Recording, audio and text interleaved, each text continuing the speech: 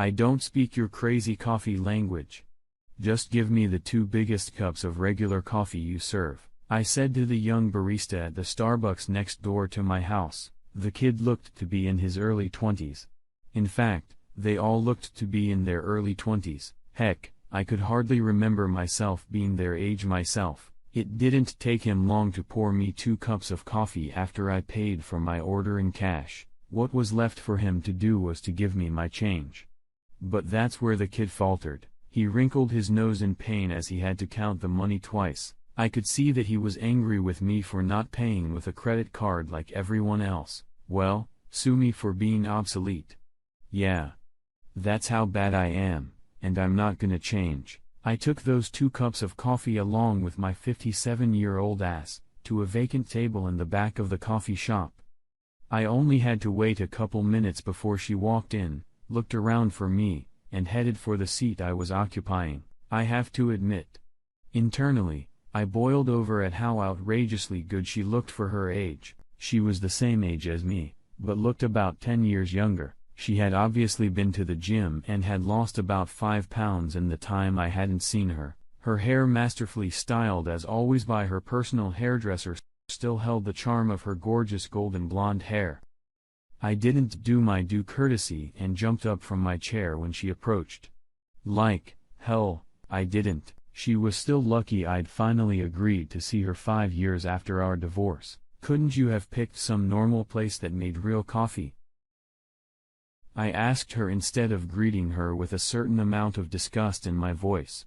Jesus, Tracy, those kids couldn't make a good cup of regular coffee even if Juan Valdez were here to show them how to do it right. She smiled nervously, sitting down in the chair across from me.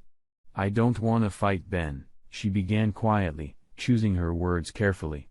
I just want to finally to get some closure. You don't have to tell me. I know I screwed up so badly. I kind of realized it then, and I definitely know it now. I took you for granted. I took you for granted. I took your kindness for weakness. I made us turn into me because I was, what can I say? I was such a selfish bitch. Tracy admitted. In the evenings, I sit alone in my apartment and watch something on TV. I can't even tell you what's on. I'm alone. I have no one to talk to. Ben, I miss our conversation so much. I miss just the sound of your voice, and it doesn't even matter what you're talking about. I miss all the insignificant little things, the fleeting touches, the occasional smile. I was always sure that me and you, that we would be together until the end.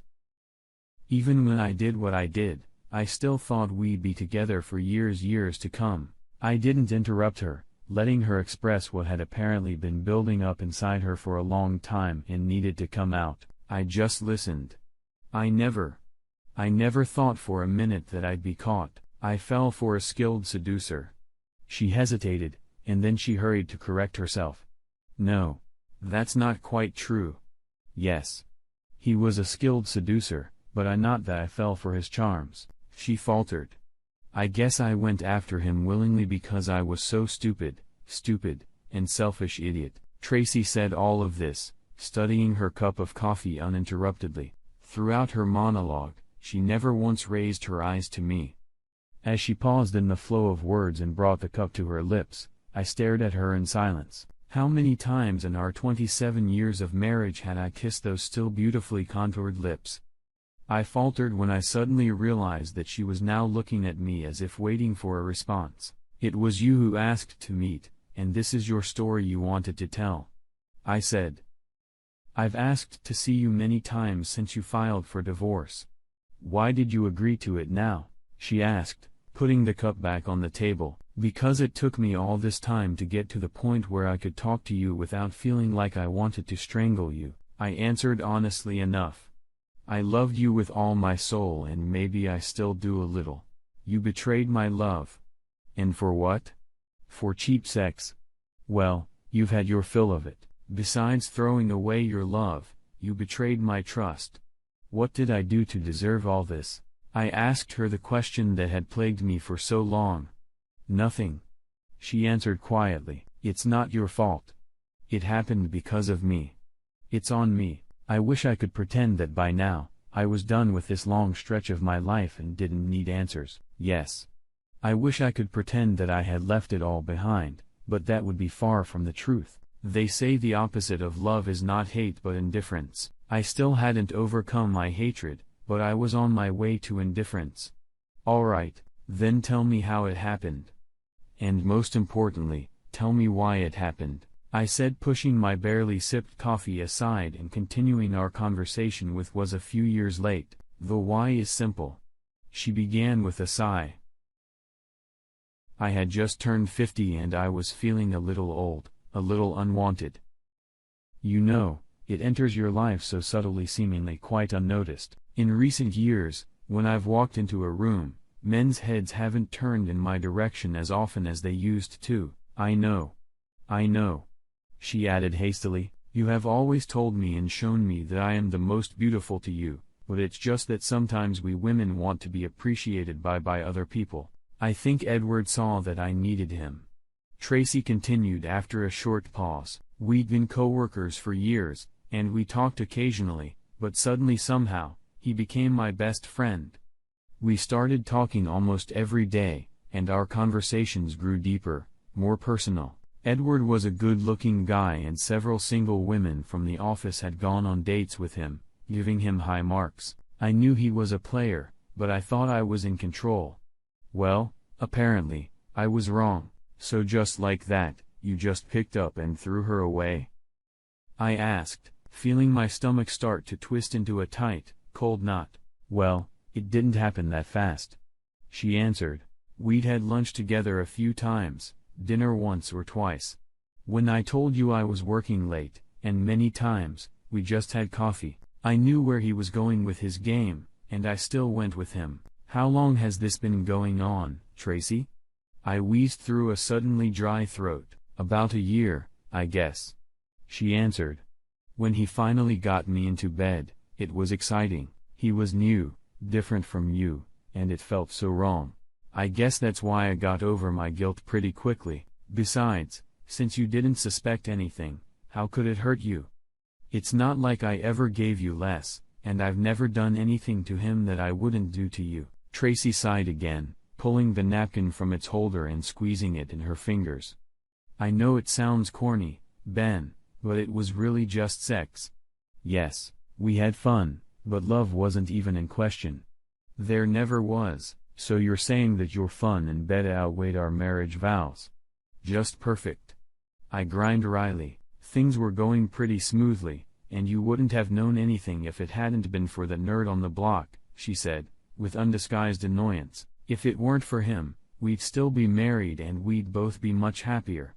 Why couldn't we just go back to when things were good between us? I was only able to catch it because my retired neighbor Ralph Gordon called me one day to report that my wife and some unknown man had entered my house in the middle of the day and he thought it looked pretty strange. Upon receiving this signal, I immediately jumped in my car and 20 minutes later found Tracy and Edward cheating in my marital bed. I interrupted the couple's pleasure ride by slamming the back of his head with the back of my fist, causing their heads to collide like billiard balls and giving them both concussions. I yelled, hovering over the shrinking couple for about 5 more minutes before I gave the fucker one last hearty kick and slammed the door.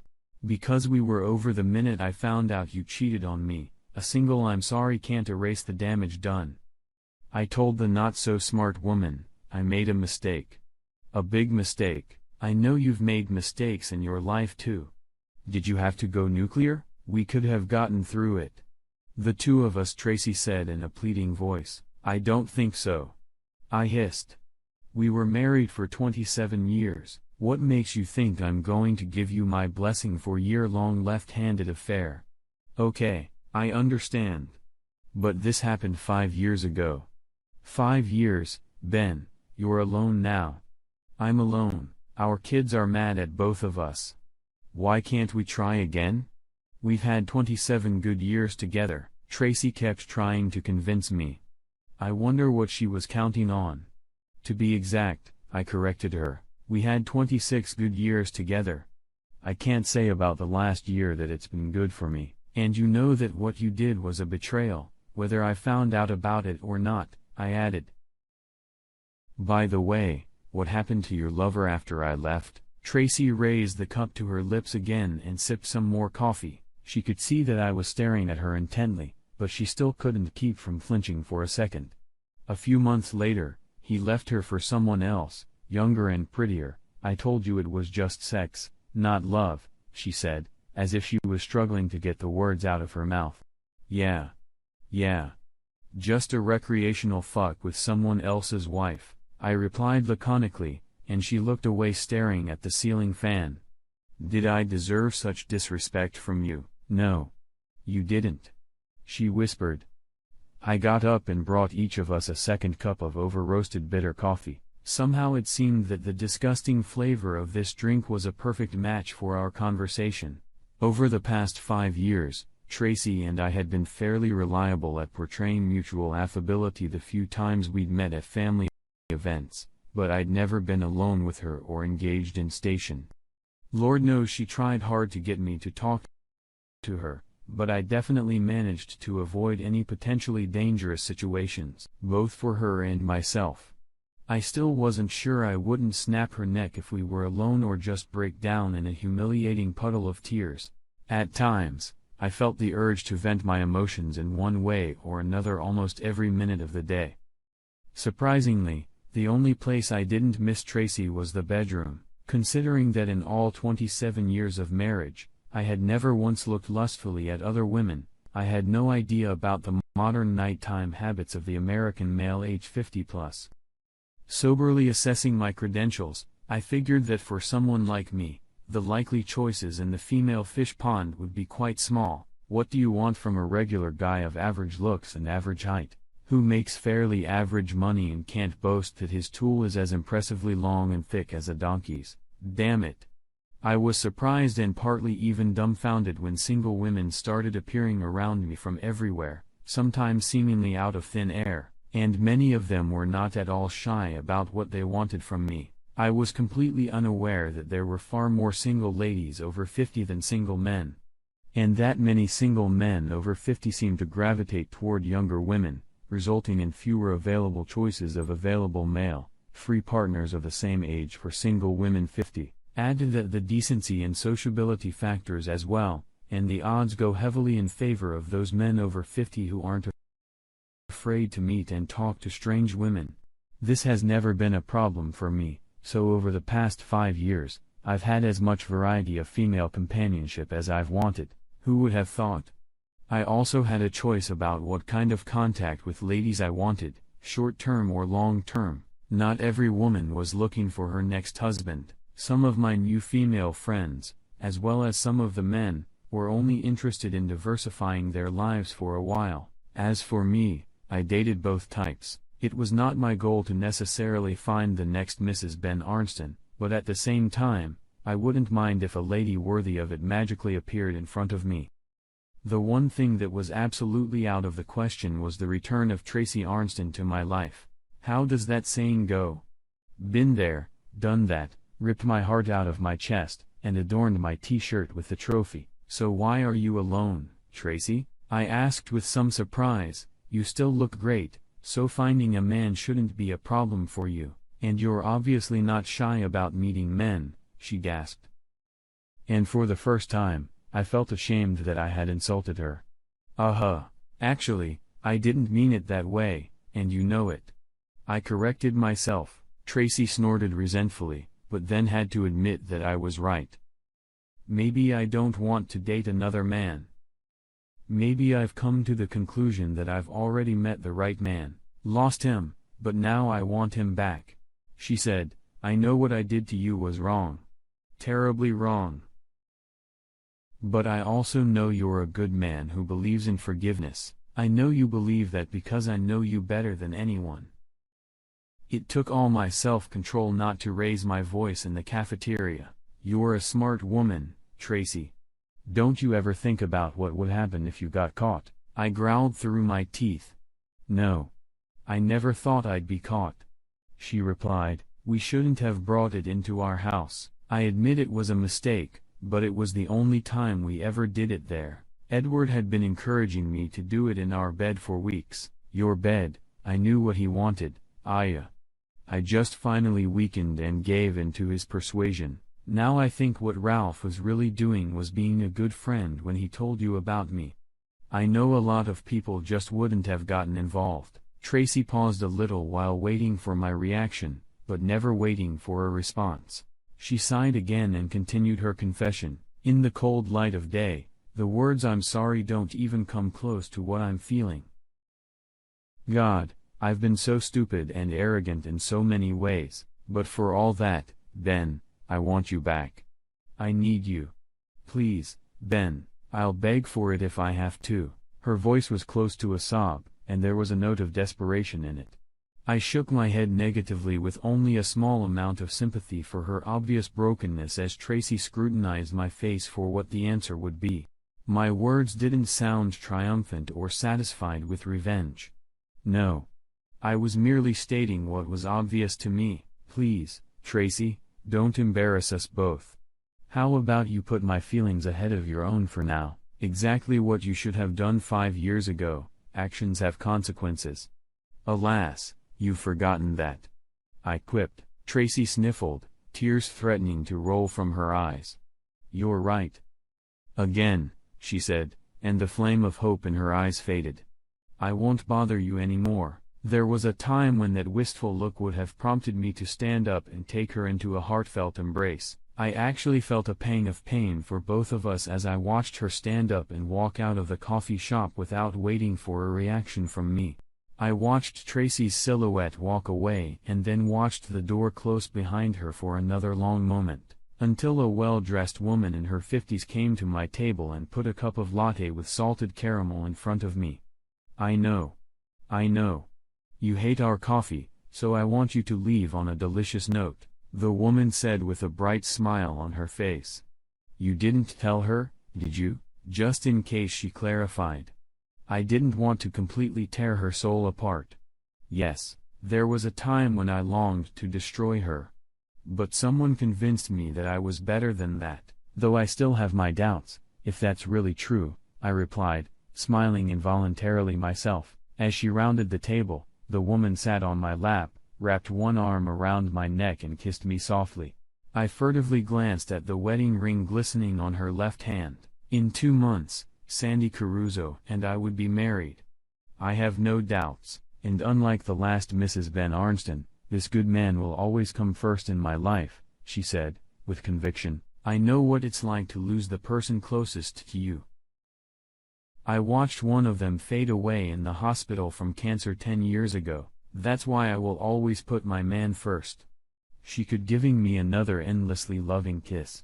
I noticed a few of the cafe employees walking around the lounge in the background smirking as they saw me kissing their boss. The employees had never met me before because, like I said, I don't drink Starbucks coffee, even though I have a crush on the franchise owner. I never really thought much about karma until I met Sandy on a bike ride about 2 years ago. I hadn't ridden a bike since I was a kid, but after my divorce, I had a lot of free time on my hands. I went to the gym regularly to keep in shape, but I didn't really enjoy the cardio workouts there. When we were still with Tracy, I once suggested we buy bicycles and start riding together, but she wasn't interested. Once I was single, as a cleansing shake-up to my post-marital life, I decided to get a nice road bike and hit the road. I mostly rode alone but occasionally joined organized group rides amongst other similar health enthusiasts. Admittedly, I wasn't very good at finding John Henry II signposts, and during one such ride, I foolishly lost my way. While I was looking around trying to figure out which way to pedal, this woman pulled up beside me and asked if I was on the ride. When I replied that I was, she chuckled melodiously. Then you need to turn your ass around and ride back with me because you missed the right turn about a half-mile back, said the trim stranger. I did as she instructed, and when I turned my bike around, she was right in front of me. I watched with excited excitement as a more than gorgeous ass, tightly encased in stretchy spandex bike shorts, danced in front of my eyes while her mistress pedaled vigorously, standing up from time to time in the saddle. Hey, genius. Stop staring at my ass and catch up with me so we can talk like adults while we ride, she said to me with a very understanding smirk. For the next 36 miles, We rode side by side at a relaxed pace and told each other stories about our lives. I told her about my cheating wife, and she told me about her late husband who died of cancer. We both talked about our grown children. We each had 2 and our grandchildren. Sandy had 3 already, and I had only 1 so far. The total distance of our ride that day was 52 miles. The longest distance I had ever ridden before was 35 miles, but with a beautiful and interesting partner, all those miles flew by. We had a date the next night despite the fact that my leg muscles were incredibly sore, and I was moving through space with some difficulty. 2 weeks later, our relationship became exclusive. And on our 4th date, we shared a bed. My days as an older single playboy were over. A whole life full of new colors and experiences was ahead of me, and the love of a wonderful lady who made my heart beat again.